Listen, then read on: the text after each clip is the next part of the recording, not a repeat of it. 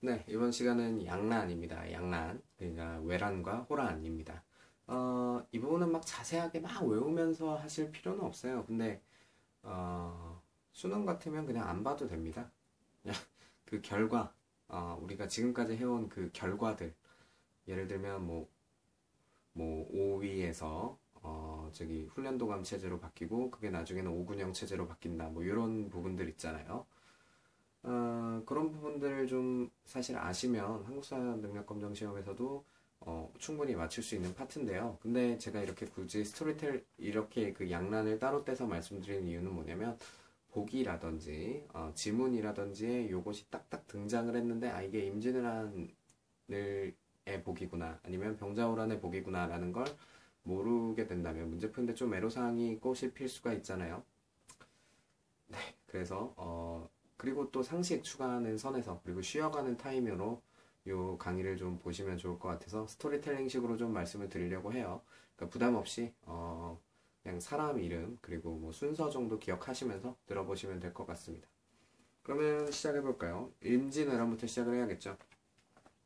임진왜란 핵심암기 노트 보면서 할까요? 보면은 선포회란, 을묘해변 이런 것들이 있었다. 여기서 중요한 기구로 떠오른 게 비변사라는 거 우리가 정치체제 하면서 봤죠.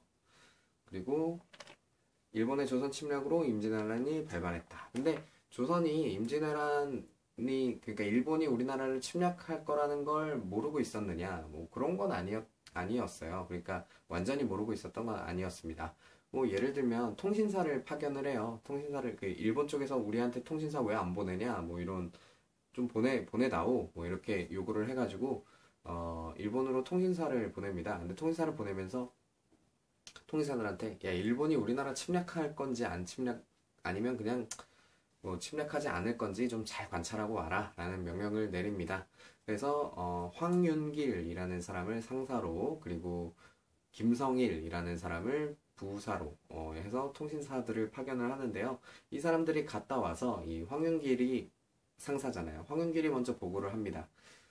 일본이 쳐들어올 것 같습니다. 우리가 대비해야 할 것 같습니다. 라고 보고를 하는데, 이 김성일 같은 경우에는 아닙니다. 일본이 침략할 리가 없습니다. 저거 나라 혼란하게 하려고 하는 겁니다. 라고 보고를 합니다. 네, 여기서 이제 정치 권력 싸움이 딱 보이게 되는 거예요. 황윤길 같은 경우는 서인이에요. 그리고 김성일은 동인이었습니다. 근데 이 시기에는요, 서인보다 동인이 세력이 더 강했어요. 그래서 동인이었던 김성일의 의견을 받아들이게 돼서 비교적 좀 대비를 덜 하게 됩니다. 네, 안타까운 일이죠. 네, 그리고 또 한 가지 또 이야기할 만한 단어가 있다면 정명가도라는 단어가 있어요. 정명가도.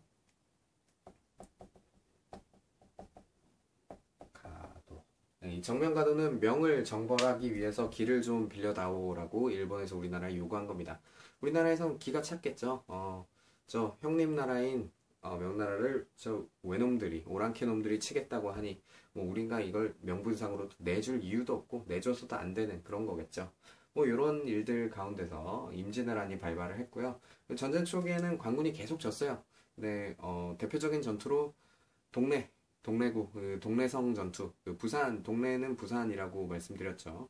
여기서 이제 동래부사 송상원 같은 사람들이 전사를 합니다. 그리고 그 다음 이제 육지로 계속 쭉 올라오겠죠. 네, 탕금대 전투, 신립 장군, 탕금대 전투 뭐 이런 데서 이제 결사항전을 하지만 많이 패배를 하고요. 결국 이 선조가 의주로 피난을 가게 됩니다. 근데 이거는 약간 좀 겁이 나서 도망쳤다라는 것도 있겠죠. 근데 좀 제가 선조를 조금 변호를 해주자면 일본은요 전쟁 방식이 그러니까 일단 엄청난 속도로 치고 올라와서 수도를 점령해버리는 게 일본군의 전투 방식이에요. 그래서 왕을 잡아서 죽여버립니다. 그러면은 이제 그 전국은 자연스럽게 점령이 되는 거다가 되는 거겠죠. 되는 거겠죠. 그러니까 이게 일본의 전투 방식인데 그 전투 방식에 대항하기 위해서 왕이 잡히지 않기 위해서 멀리 도망친 거예요. 뭐 변호해 준 겁니다. 변호. 그냥 좋을 대로 생각하세요. 네. 그런데 이런 불리한 상황에서 이순신의 수군이 활약을 했다. 요 때가 바로 한산도 대첩입니다. 한산도 대첩. 이때 그리고 관군들 육지에서는 이제 행주랜다. 진주성 전투, 김시민의 진주성 전투 이런 것들이 있었고요. 그리고 의병들이 활약을 합니다. 홍의장군, 곽재우, 뭐 그리고 정인호, 뭐 이런 사람들이 활약을 했고요. 그리고 승병들, 그러니까 스님으로 구성된 이 의병들, 승병들도 활약을 많이 했습니다. 서산대사라든지 사명대사라든지 이런 승병들의 활약도 있었고요. 그리고 이렇게 의병들이 육지에서 힘을 내고 수군이 이렇게 힘을 내고 결정적으로 명나라의 원군 이여송이라는 장군을 필두로 한 명나라의 원군이 도착을 해서 전세가 역전이 됩니다. 그래서 일본군을 몰아내기 시작을 하고요. 그리고 권율의 행주대첩 그러면서 이제 권율의 행주대첩 이런 전투들이 있었고 결국 한양을 수복을 하게 됩니다. 그리고 이제 일본군이 협상을 제의를 했는데 일본군은 일본군의 협상이 결렬이 되고 정유재란 일본이 다시 한번 쳐들어온 거죠. 이 정유재란 때는요 조선이 일방적으로 밀리지 않습니다. 오히려 좀 조선이 우세한 상황도 많이 오고요. 이 정유재란이 오면서 이제 보시면 여기 명랑해전의 승리 뭐 이런 거 나와 있고 그리고 도요토미 히데요시가 사망했으며 일본군이 철수했다. 이 도요토미 히데요시가 사망하고 이제 도쿠가와 이에야스라는 사람이 그 일본을 지도하게 되는데 도쿠가와 이에야스는 그러니까 도요토미 히데요시랑은 좀 정반대의 인물이에요. 좀 온화하고 그리고 약간 머리, 지략 이런 거 쓰기 좋아하고 그리고 근데 반면에 도요토미 히데요시 같은 경우는 천상무인 뭐 이런 정도로 이해하시면 될 것 같습니다. 네, 그리고 그러니까 아까도 말씀드렸지만 이 임진왜란의 과정이 중요하다기보단 요 임진왜란을 기준으로 조선사회가 어떻게 바뀌었는지, 제도들이 어떻게 바뀌었는지 이런 것들을 아시는 게 훨씬 중요합니다. 근데 요거는 이제 상식적인 부분인데 이런 것들이 보기에 나왔을 때 못 고르면 좀 창피하잖아요. 그래서 좀 이렇게 설명을 드리는 겁니다. 여기 밑에 문제도 보시면 임진왜란만 딱 떼놓고 만든 이 82번 문제 같은 경우는 솔직히 약간 억지스럽게 만든 문제고 이 81번 보면 요 조선의 대외관계 요거와 연관지어서 나오게 되는데요. 요거 외교관계 하면서 말씀드렸잖아요. 조공무역 그리고 조공무역 그러니까 4대 교린 요게 여기 지도에 나와 있는 겁니다. 요거 잘 보시면 제가 분명히 다 설명드린 거거든요. 그러니까 문제 쉽게 풀 수 있으실 겁니다. 있으셔야 돼요. 그리고 이제 호란을 보도록 할게요. 호란 사이에 이제 광해군이 임진왜란 당시에 실질적인 왕 역할을 하면서 나라도 이렇게 추스리고 왕위에 올라서도 여러 가지 뭐 개혁들을 하고 그리고 명나라와 청나라 사이에서 중리외교를 통해서 우리나라의 실질적인 이득, 안전 이런 것들을 찾으려고 굉장히 많이 노력했다라는 것도 전에 말씀을 드렸죠. 그리고 인조반정, 그러니까 명분을 찾아서 이제 파고든 이 서인 세력들과 함께 이제 인조가 반정을 일으켜서 정권을 잡게 됐습니다. 그게 인조반정이죠. 네, 그 인조반정 이후에 그 이괄의 난이라는 그러니까 이제 정묘호란에 대해 얘기할 건데요. 이괄의 난이라는 이괄이라는 사람이 반란을 일으키는데요. 요거는 이제 인조 정권에 대한 반란이었는데 이괄의 난을 일으켰던 세력들이 청나라로 망명을 해버려요. 청나라에 가서 우리나라에 지금 이런 왕위가 찬탈되는 이런 사건이 있었다. 그러니까 우리를 좀 받아달라. 이런 식으로 망명을 하게 됩니다. 그러니까 청나라에서는 옳다쿠나 조선 잘 걸렸다. 이제 명분 찾았다. 우리가 쳐들어간다 라고 이제 쳐들어갈 명분을 잡았습니다. 이괄의 난을 통해서요. 그래서 쳐들어오기 전에 우리랑 형제의 맹약 맺자라는 요구를 하는데요. 조선에서 이제 거부를 하죠. 이제 주화론과 척화론 그러니까 화친하자 아니면은 저기 청나라랑 저기 화친하지 말고 우리는 명나라와 함께 청나라와 싸워야 한다. 뭐 이런 사상들이 간의 대립에서 인조는 제가 저번에도 말씀드렸죠. 인조는 이 광해군이 명분이 없다. 사대를 하지 않는다.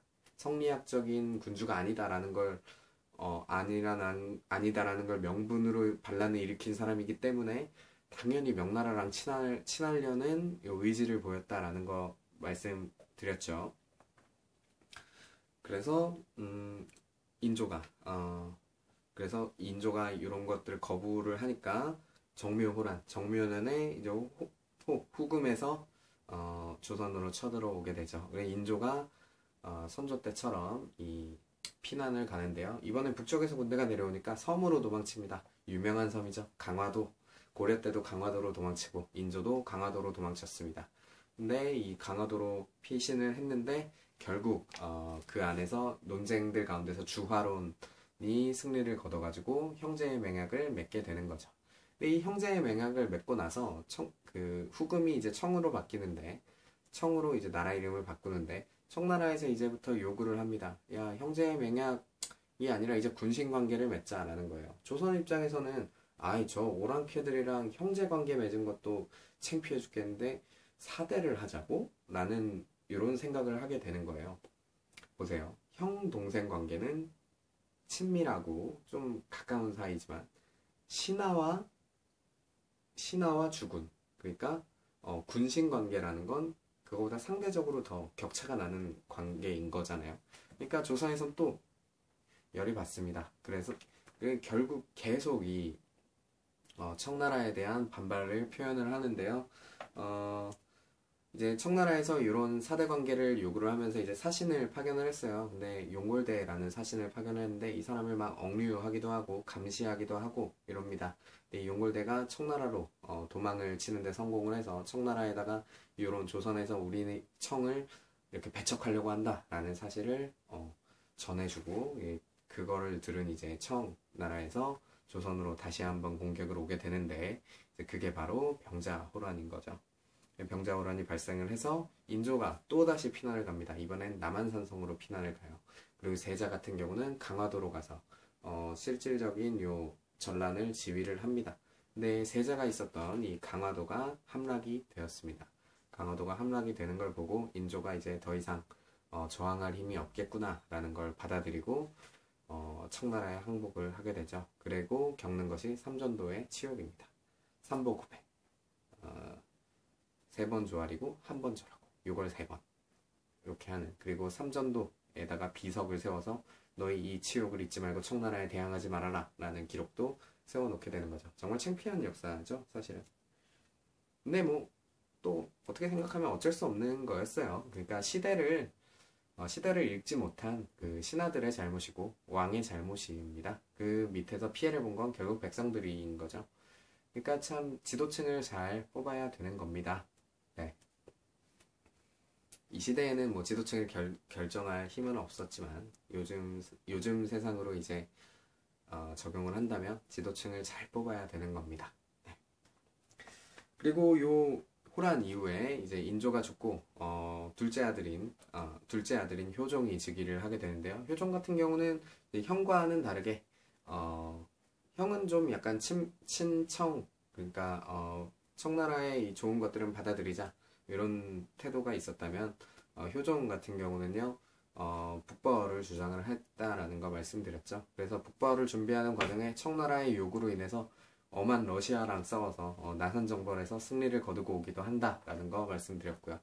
이 효종 때의 신하들은요 그 호란을 거치면서 척화론을 주장했던 사람들이에요. 예를 들면 송시열이라든지 뭐 이완이라든지 뭐 이런 사람들입니다. 그래서 이런 사람들을 중요하게 등용을 했다라는 것 정도 기억을 해두시면 될 것 같아요. 앞에서 다 했던 얘기들인데 제가 외란, 호란만 좀 떼서 이렇게 흐름만 설명을 해드린 거니까요. 그냥 가볍게 듣고, 임진왜란 같은 경우는 이제 의병장들 이름이나 뭐 이순신 장군이나 뭐 이렇게 활약했던 사람들은 우리가 다 알잖아요. 그러니까 가볍게 듣고 넘어가시면 될 것 같습니다.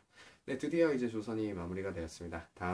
조선, 그러니까 네, 조선이 마무리가 된 건 아니지만 이제 근대까지 앞으로 이제 흥선대원군부터 쭉 현대까지 이루어지는 시간을 보게 될 텐데요. 이 부분이 기간은 짧지만 내용은 좀 많이 됩니다. 그래서 지금까지 공부한 만큼을 또 공부해야 되니까요. 좀 마음을 다 잡으시고. 전화가 들어오네요. 마칠 때가 돼서 그런가 봐요. 네, 수고하셨습니다.